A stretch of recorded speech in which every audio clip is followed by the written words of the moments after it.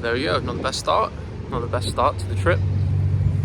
But what can you do? We move and we walk on to the next touristy thing, which no one has done before.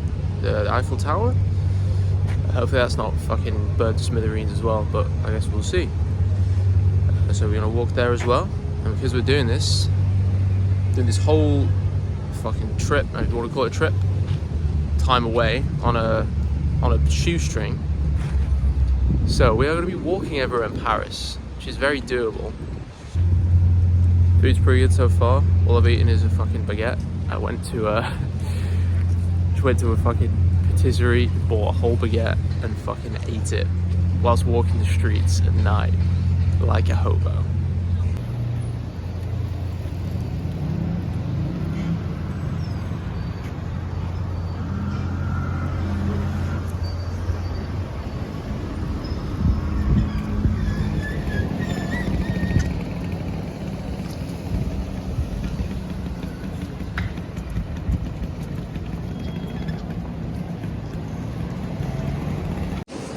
You can see Notre Dame, the background there, as I walk away disappointed. Now, I knew it was fucked. I knew that 2016 or 2017, there's a fire, which I saw on Twitter. But I just saw a video of a spire with a flame coming out of it. So I was like, oh, it's one of those things, you know, it's big on Twitter. But it kind of fucked it up, because it's still completely redone. I have a smallish budget and a loose plan of where I'm going to be. Get these problems. But yeah, I forgot to say, I literally got no equipment whatsoever. I have an iPhone. I even have data on the phone because I'm trying to conserve that. Don't want to get fucked on the charges. I'm just trying to cross the road here. Literally zero equipment. Zero equipment at all. Just an iPhone, no microphone, and if you run out of power, there'll be no videos. So completely seat of the pants production style, edited on a MacBook on some free software which I will scout.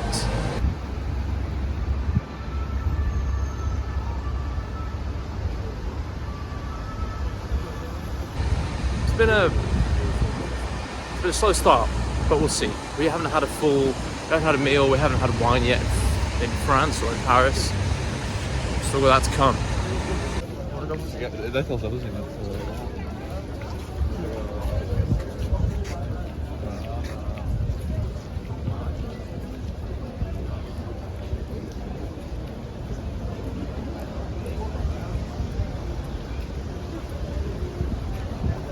Un café, s'il vous plaît.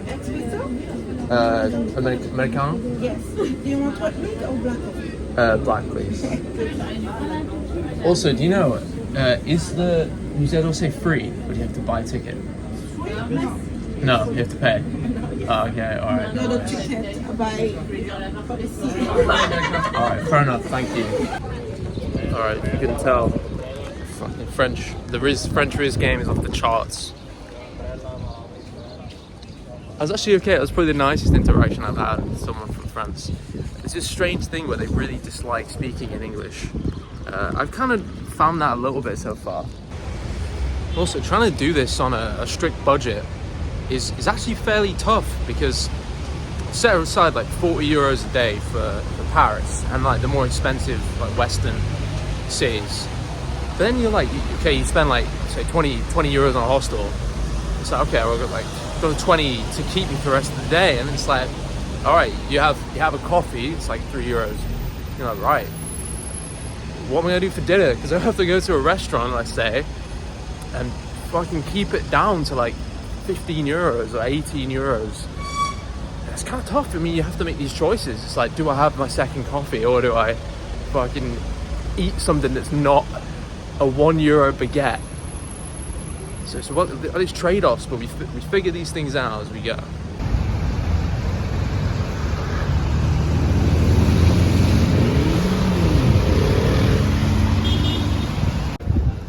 And here we go. Wow. It's fucking big. Wow.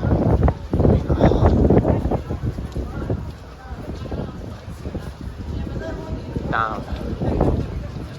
I don't really have anything else to say. This is incredible.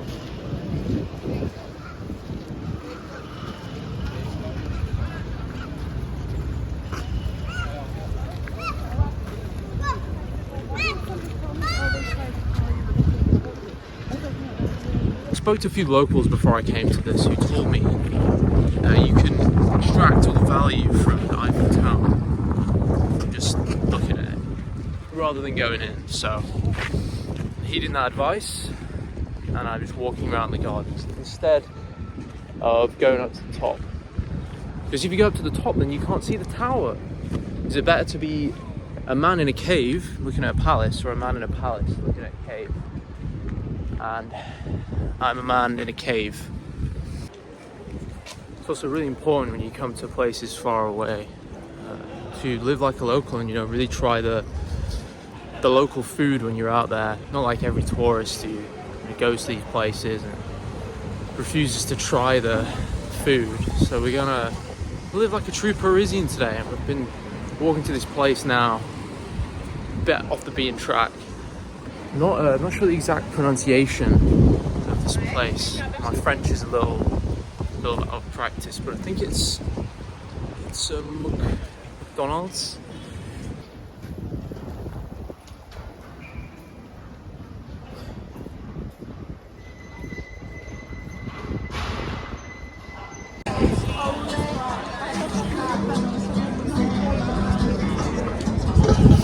Oh, this guy playing REM. Let's go. Look at that view.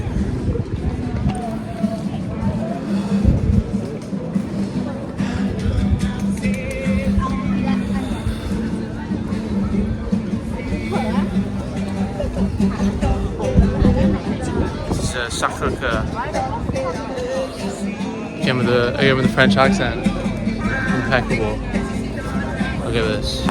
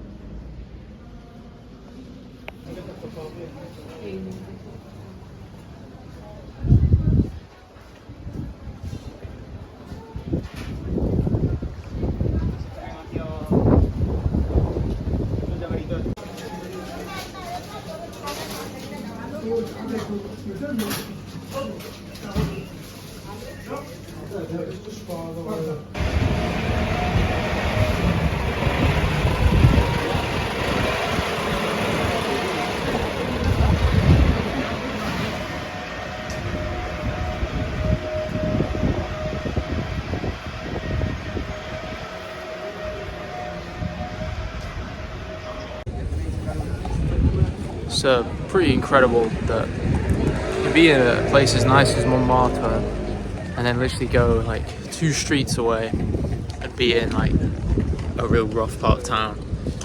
And I just went for a little stroll to see the area near Montmartre, waiting for a restaurant to open. Went into some bakery and it's just very rough. Just loads of people on the street, like loud, rambunctious, just really aimless. It's kind of like London in that way. You have these pockets of areas with completely different culture right next to, you know, incredibly like nationalistic landmarks.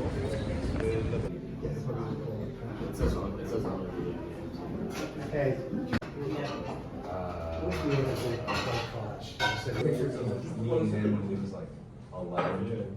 Like we know his family for I think my mom used to babysit his dad. Lives with the girl from the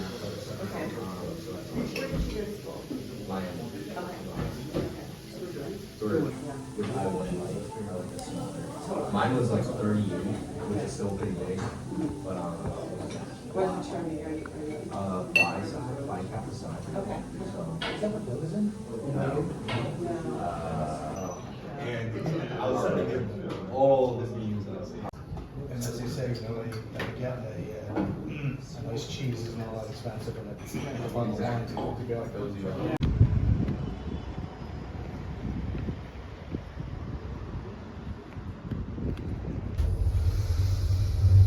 Here we are, back. First day, done, complete. Our meal was pretty good, pretty pricey, but it was very nice. Okay, it's the next day. That meal was very, very good, by the way. Obviously, you're trying to be a bit weird with the order. Have to get something strange. We did that with the snails. As you can tell, I mean, it was good. It was a bit chewy, it was a bit strange, but they pulled it back with the duck breast. That was honestly unbelievable. Some of the best duck I've ever had, cooked to perfection. The wine, it literally tasted like grape juice. It's like what you'd imagine grape juice would taste like from a cartoon. So that was unbelievable. Came all in to 42 euros. So, I mean, it was a nice place, so fair enough. It was a fair price, but I mean, that was over the budget. So, I have to rein in a little bit with that, but live and you learn, I guess. That was Paris. That was day one in Paris. Hope you enjoyed.